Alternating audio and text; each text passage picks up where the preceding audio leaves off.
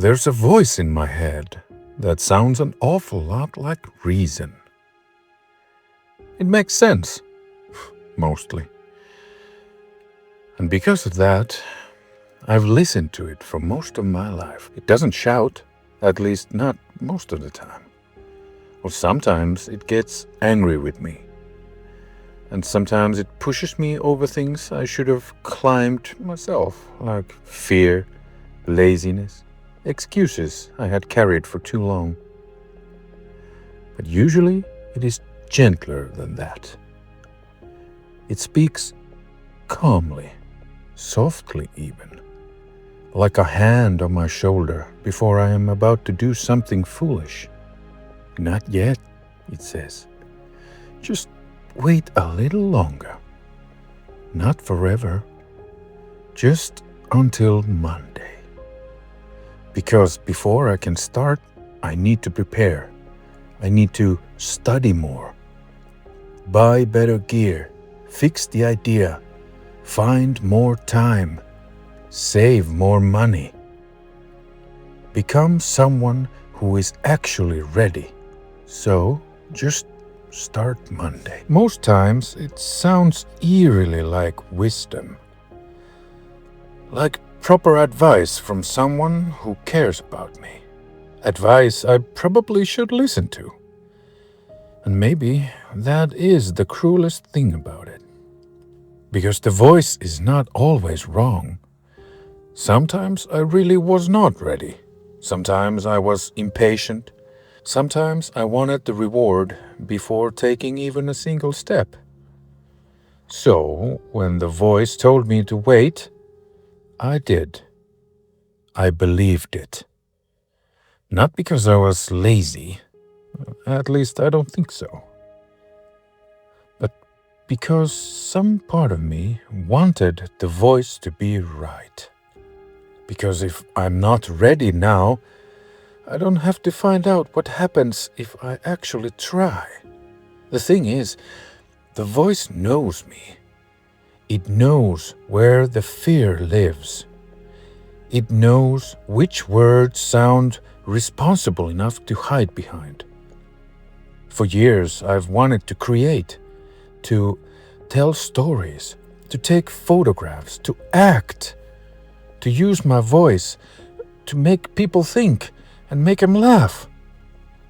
But every time I come even remotely close to showing that part of myself, the voice returns. Like a protector, an old guard at the gate, a trusted advisor placing itself between me and the unknown. And it tells me to wait. To wait until Monday. Because I don't have the right camera or the proper microphone. I don't have time. I don't have money. I don't have the experience or the education. I don't even have the right to call myself a creator. Not yet. It's always not yet. Again, it sounds wise. But maybe wisdom is not the same as safety. Maybe some advice only sounds wise because it keeps us from standing face to face with fear. The fear of failure. The fear of being seen. The fear of silence. What if someone I know sees this? What if nobody cares? What if people don't laugh? Or they laugh but for the wrong reasons? What if the chance of a lifetime is right there, behind the push of a button? And when I finally push it and give it my absolute best, my best is just not good enough. So, the voice just tells me to wait. And there is comfort in waiting. As long as I keep waiting, the dream stays intact. Perfect, unjudged. Still gleaming somewhere on the horizon. As long as I wait, I can believe that one day, better tools, more time, more money, and the right opportunity, I will finally start creating. But waiting is not as harmless as it pretends to be.